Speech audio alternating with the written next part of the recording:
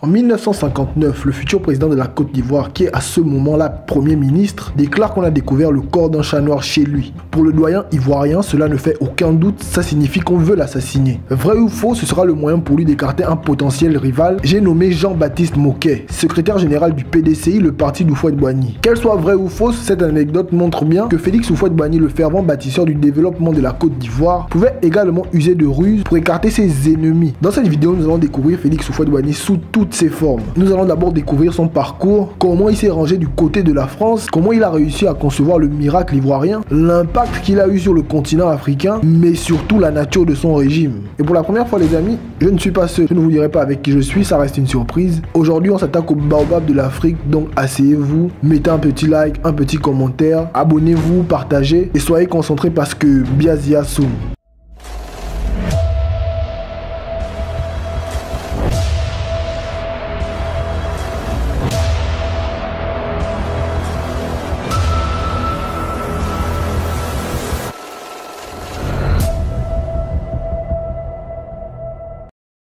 Félix Houphouët-Boigny va naître le 18 octobre 1905 à Yamoussoukro. Je dis officiellement parce qu'il se peut qu'il soit né bien avant dans les années 1800. Quoi qu'il en soit, il est issu d'une famille de notables et en 1918, il réussit un concours pour aller étudier à William-Ponty afin de poursuivre ses études au Sénégal. Après une formation de 3 ans, il sort médecin africain. Après avoir exercé durant un court moment à Abidjan, en 1944, il fonde le SAA, un syndicat agricole. Le but de l'association est clair, lutter contre les brimades du colonisateur blanc. Fort de sa réussite sur le plan syndicaliste, Houphouët-Boigny va décider de se lancer réellement en politique. Il sera par exemple élu député à l'Assemblée nationale française, histoire de représenter le peuple ivoirien. C'est dans cette atmosphère qu'il va créer le PDCI RDA, parti affilié au RDA. À ce moment, il est avec le Parti communiste français, il est considéré comme un anticolonialisme et anti-impérialiste, un peu comme Sékou Touré à la même époque, et pour les colons, il est considéré comme un dangereux agitateur. On lui colle même une étiquette d'anti-français. Mais à la fin des années 40, début des années 50, l'administration coloniale va opérer une grande répression. Répression qui a vu la mort de Victor Biakaboda. J'ai déjà fait une vidéo sur le sujet, n'hésitez pas à la regarder. Après ça, Félix Houphouët-Boigny opte pour une coopération avec la France. En même temps, le parti communiste qui soutenait le côté de la France a été évincé.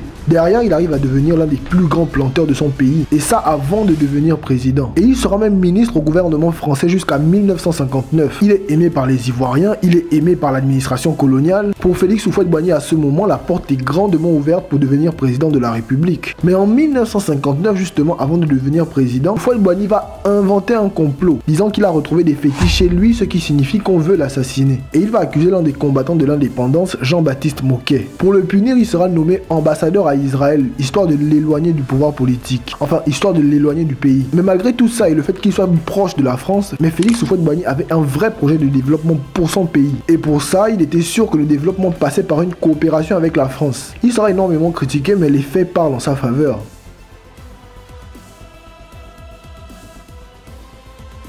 Le 7 août 1960, Félix Houphouët-Boigny prononce l'indépendance de la Côte d'Ivoire. Pourtant, 2 ans plus tôt, le dirigeant ivoirien n'était pas trop chaud pour l'indépendance. Il aurait préféré une véritable coopération, une véritable entité france-africaine avec la France. Mais au moment de l'indépendance, Félix Houphouët-Boigny va mettre un véritable libéralisme économique. Ce libéralisme économique va permettre à son pays de se développer grandement. La croissance économique de son pays sera basée sur le développement de l'agriculture. Vous imaginez que Félix Houphouët-Boigny s'y connaît un peu en agriculture, enfin... Un peu, c'est un euphémisme. Très vite, la Côte d'Ivoire devient l'un des premiers producteurs de cacao et de café. Et contrairement à certains dirigeants africains, Félix Houphouët-Boigny fait profiter à son peuple des richesses du pays. Il construit les écoles, les hôpitaux. Le niveau de vie des Ivoiriens augmente considérablement. De nombreuses infrastructures voient le jour. Et sans oublier que les étudiants ivoiriens avaient des bourses pour aller étudier à l'extérieur. Le pays était alors un modèle de développement en Afrique. Et à la même époque, Félix Houphouët-Boigny fait beaucoup mieux que ses rivaux. Si on compare la Guinée de Sékou Touré à la Côte d'Ivoire de Félix Houphouët-Boigny, il n'y a pas photo. C'est vrai certes que Sékou Touré n'a pas eu la main libre sur son pays, mais ça reste un fait. On pourrait dire la même chose de Kwame Nkrumah. Kwame Nkrumah et Félix Houphouët-Boigny qui n'étaient pas les meilleurs amis du monde. L'un était panafricaniste, l'un était pro-français, mais Félix Houphouët-Boigny avait un meilleur développement que celui de Nkrumah. Pour limite fermer la bouche de ses détracteurs, Félix Houphouët-Boigny disait « Le jour où ils feront mieux que nous, on fera comme eux ». C'est pour un peu montrer aux autres que la coopération française, ça marchait. Mais pour développer son pays comme il a fait, Félix Houphouët-Boigny avait besoin de main d'œuvre. Et son gouvernement va donc favoriser l'arrivée des étrangers qui venaient du Mali ou du Burkina Faso. Sous Houphouët-Boigny par exemple, les étrangers avaient quasiment les mêmes droits que les Ivoiriens. Par exemple, un étranger pouvait voter à condition qu'il vive et qu'il travaille en Côte d'Ivoire. Cette information, je l'ai trouvée complètement lunaire. Voici une autre citation de Félix Houphouët-Boigny qui va un peu dans ce sens. Félix Houphouët-Boigny avait dit « La terre appartient à celui qui la met en valeur ». On peut difficilement faire mieux. Dans la même période, certains Ivoiriens ont l'impression d'être délaissés par le gouvernement de Félix Houphouët-Boigny, enfin de passer au second plan. Certains Ivoiriens affirmaient même que Félix Houphouët-Boigny favorisait les baoulés. Pour répondre à cette question, je vais demander à quelqu'un qui fait des vidéos comme moi, quelqu'un que vous connaissez certainement, de répondre à cette question. À la question de savoir si M. Félix Houphouët-Boigny était un président qui favorisait les baoulés, qui était pro-baoulé, il faut savoir qu'il y a deux approches. La première approche, c'est le ressenti. Les Ivoiriens te diront que oui, ils avaient l'impression que le pays était gouverné de fond en comble par les baoulés, que tous les postes importants étaient occupés par les baoulés. Et bien évidemment, cette approche n'est pas infondée, mais elle peut être teintée d'une forte dose de subjectivité. Mais si on veut prendre du recul et répondre à cette question avec un tant soit peu d'objectivité, c'est là que les choses se compliquent. Parce qu'il faut comprendre qu'il y a un contexte qui prévaut. On est quand même au soir des indépendances. Les premiers gouvernements qui ont été formés à cette période-là, on va dire en Afrique de l'Ouest, étaient des gouvernements qui n'étaient pas forcément très méritocratiques, il faut le dire. Il y avait des ministres qui étaient là parce qu'ils étaient les copains ou bien qui étaient les amis de combat des présidents. Il y avait des ministres qui étaient là parce qu'ils appartenaient au même groupe ethnique. Je ne dis pas qu'ils n'étaient pas méritants, mais je dis que c'était des critères qui étaient prédominants. La Côte d'Ivoire n'a pas dérogé à cette règle. Donc quand on analyse le cas de Félix Houphouët-Boigny, qu'on veut le faire objectivement, il faut regarder ses gouvernements. Parce que Félix Houphouët-Boigny, c'est plus de 20 ans, voire 30 ans de pouvoir, c'est plus de 13 gouvernements. Et quand on met un coup de projecteur sur ces gouvernements, qui sont généralement le reflet des accointances ethniques qui peuvent subsister au sein du pays, on se rend compte d'une chose, c'est que ce ne sont pas forcément les baoulés qui sont les plus présents dans ces gouvernements. Ça, il faut le dire. Parce que, c'est son premier gouvernement de 1961, il y avait des Ivoiriens d'origine française, des Ivoiriens d'origine sénégalaise, et j'en passe, mais il y avait un peu de baoulés.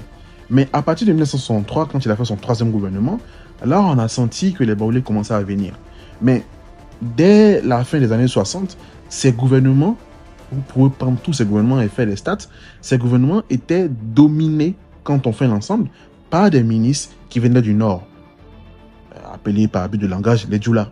Donc, c'était eux les majoritaires dans le gouvernement. Ce qui m'amène à dire que peut-être le propos n'est pas de dire que Félix Houphouët-Boigny favorisait les baoulés. Il faut dire que Félix Houphouët-Boigny était réfractaire à mettre la lumière sur des gens qui venaient de l'ouest du pays, en l'occurrence les BT. Vous savez très bien qu'en 1970, il y a eu le massacre du Guédié, où des BT ont été assassinés. Donc, il était beaucoup plus réfractaire, il était beaucoup plus méfiant vis-à-vis des gens qui venaient de l'ouest du pays.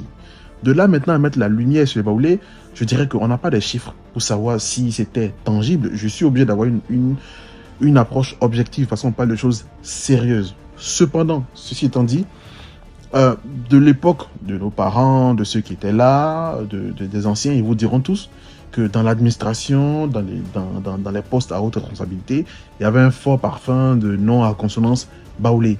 C'est réel. Donc, il s'agit ici de nuancer le propos. Bien évidemment, il y a l'évidence selon laquelle on a l'impression que les baoulés étaient embauchés partout. Mais quand on prend vraiment, par exemple, des endroits comme le gouvernement, ce n'était pas forcément les baoulés qui étaient là. Donc, Félix Houphouët-Boigny avait un fort... il était méfiant vis-à-vis des gens qui venaient de l'Ouest. Il a eu beaucoup de problèmes avec eux. Monsieur Laurent Gbagbo, qui était son opposant le plus fervent, était aussi BT. Donc, voilà. C'est plus, on va dire, une réticence vis-à-vis des gens de l'Ouest. Je dirais ça, en tout cas.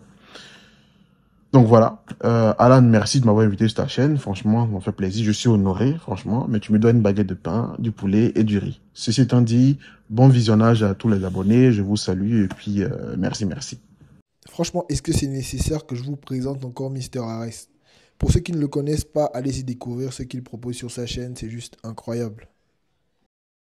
Franchement, merci Mister Arrest pour cet éclairage. Ne reste pas au pouvoir qui veut, mais qui peut. Cette phrase est d'autant plus vraie avec Félix Houphouët-Boigny. Tout d'abord, l'article 7 de la Constitution ivoirienne autorise le multipartisme. Mais dans les faits, c'était vraiment le monopartisme. Et en plus, le régime était présidentiel, c'est-à-dire un pouvoir centralisé et maîtrisé par le président de la République. Autre point, c'est l'armée. Félix Houphouët-Boigny avait peur des coups d'État. Et il va toujours essayer de contrôler cette armée. D'abord avec la présence des militaires français en Côte d'Ivoire, mais aussi en limitant les effectifs de cette armée. Il faut dire que tous les dirigeants africains à cette époque avaient peur des coups d'État. En 1963 par exemple, on a vu le renversement de l'abbé Fulbert Youlou et le renversement de Sylvanus Olympio. Et le renversement de Sylvanus Olympio a choqué tout le monde en Afrique parce que les putschistes l'ont tué. Et ces deux putschs de 1963 ont tellement fait peur à Félix Houphouët-Boigny qu'en 1963, il va encore inventer un autre complot. Il annonce qu'un complot a été fait contre sa personne et là, plusieurs personnalités du pays sont arrêtées et jetées en prison. Ils sont torturés et on leur demande d'avouer des choses qu'ils n'ont même pas fait. Certains dirigeants seront rejoints en prison par leur famille et c'est là que va surgir une histoire assez triste. Le président de la Cour suprême à cette époque, c'est Ernest Boka, que beaucoup voient comme un patriote. Ernest Boka va démissionner de la Cour suprême. Ernest Boka va démissionner de la Cour suprême pour ne pas participer à cette mascarade. Mais il va se faire arrêter puis jeté en prison. Et le 5 avril 1964, le gouvernement de Félix Houphouët-Boigny annonce qu'il s'est suicidé en prison. Vous savez que dans la chaîne, quand on nous dit que quelqu'un est mort comme ça, on ne peut pas croire. On ne peut pas croire. C'est pour ça que j'ai demandé à un autre créateur de contenu ivoirien de nous éclairer sur le sujet. Les amis, écoutons Josias sur la mort de Ernest Boka.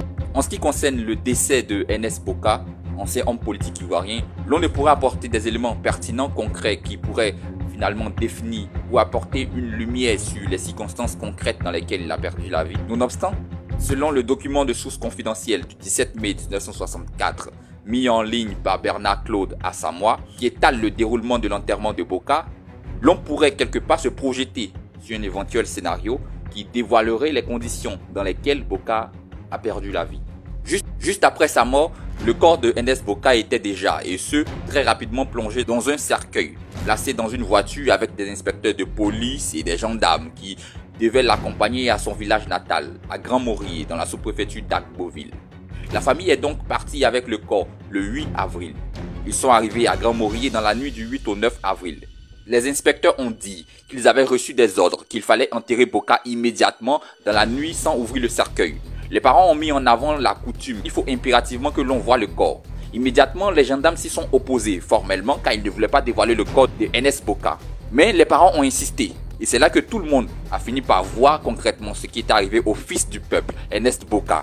Boka présentait des écoulements sanglants des narines, de la bouche, des oreilles, le nez très enflé. Et chose curieuse, pour un soi-disant suicide par pendaison, la langue ne sortait pas de la bouche. Boka avait également un enfoncement des os du crâne vers la nuque, le dos complètement écorché, la clavicule gauche cassée, des fractures au membre supérieur gauche, les dents cassées, les côtes fracturées, plein d'autres problèmes qui démontraient concrètement que ce n'était pas un suicide, mais quelque chose de plus profond que ça, qui ressemblerait à une bagarre qui a tourné au pire. Les amis, n'hésitez pas à aller vous abonner à la chaîne YouTube de Josias. Il propose un contenu de qualité, franchement de qualité sur la politique, sur la Côte d'Ivoire et sur d'autres pays africains. La plupart des dirigeants ivoiriens qui seront arrêtés seront relâchés quelques temps plus tard. Et Félix Houphouët-Boigny va présenter ses excuses et qu'il va avouer qu'il s'est trompé. Pourtant, de l'autre côté, Ernest Boka ne reviendra pas à la vie. Ce coup de force permettra à Félix Houphouët-Boigny de consolider son régime pendant longtemps. Mais la Côte d'Ivoire est un pays multiculturel avec plusieurs ethnies. Des ethnies qu'on retrouve souvent chez les voisins comme au Burkina Faso. Dans la décennie des 60-70, il y avait beaucoup de sécessions en Afrique. Je pense par exemple au Biafra ou au Katanga. Je pense également à la sécession qu'il a fallu avoir en Guinée équatoriale. Et quand ça va arriver en Côte d'Ivoire, Félix Houphouët-Boigny va taper sur la table.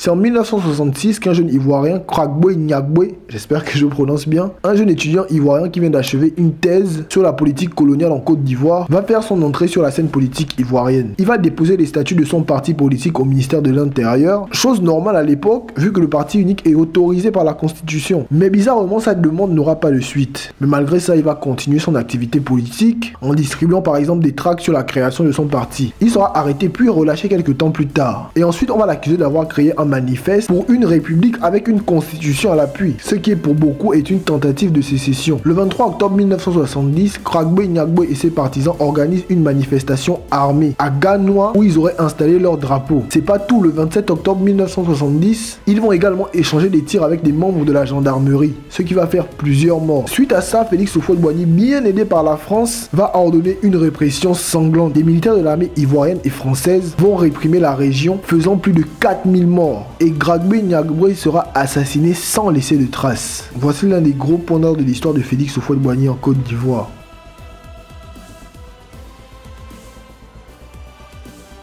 Félix Houphouët-Boigny était incontestablement l'homme de la France en Afrique. Et pour ceux qui ne savent pas, c'est Félix Houphouët-Boigny qui a inventé le terme France-Afrique. Et Félix Houphouët-Boigny sera également à la baguette de certains coups tordus de la France en Afrique. Dès le début des années 60, la France va vouloir déstabiliser ses coups tourés avec l'opération Persil. On pourrait en faire une vidéo, abonnez-vous à la chaîne pour ne pas rater ça. La base arrière de l'opération Persil, c'était en Côte d'Ivoire chez Félix Houphouët-Boigny. Au Biafra, un conflit qui a fait plus de 2 millions de morts, Félix Houphouët-Boigny et la France ont soutenu le Biafra. Félix Houphouët-Boigny était tellement engagé dans ce conflit qu'on pourrait se demander si c'est pas lui et Foccart qui ont incité la France à s'engager. Puis on a la potentielle implication de Félix Houphouët-Boigny dans l'assassinat de Thomas Sankara. Déjà, le courant entre les deux hommes ne passait vraiment pas. Ces deux, ils étaient complètement différents. Thomas Sankara était jeune, Félix Houphouët-Boigny était déjà un peu vieux.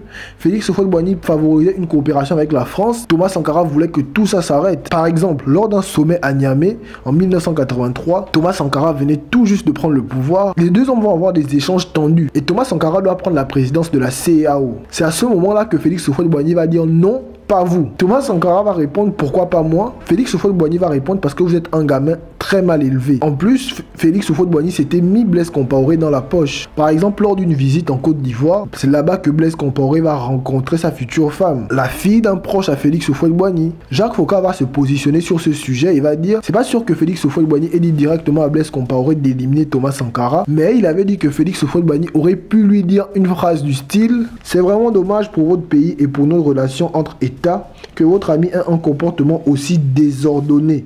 En parlant de Thomas Sankara, je préfère ne pas rentrer dans les profondeurs. Je pense que la vidéo sur Thomas Sankara, on aura le temps de décortiquer un peu tout ça. Une autre prise de position discutable de Félix Houphouët-Boigny, c'est au Libéria. Félix Houphouët-Boigny va soutenir Charles Taylor pour prendre le pouvoir au Libéria. Inutile de vous dire que Charles Taylor est un seigneur de la guerre, un véritable criminel en puissance. Et cette prise de pouvoir là va coûter des centaines de milliers de morts au Libéria. Vous devez certainement vous dire mais pourquoi Félix Houphouët-Boigny soutient Charles Taylor? De ce que je sais moi, c'est que Samuel Doe, quand il est arrivé au pouvoir, il est arrivé par un coup d'état et il a tué son prédécesseur William Tolbert. Et il s'avère que William Tolbert était le frère par alliance de Félix Houphouët-Boigny. Sans oublier que la France voulait également avoir des intérêts au Libéria, un pays qui est très riche. Les éléments sont réunis pour une intervention et c'est ce que la Côte d'Ivoire va faire, soutenir Charles Taylor pour renverser Samuel Doe.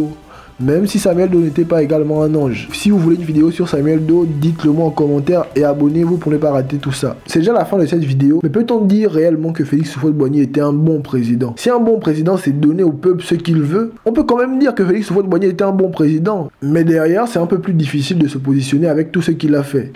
Et vous, qu'est-ce que vous en pensez?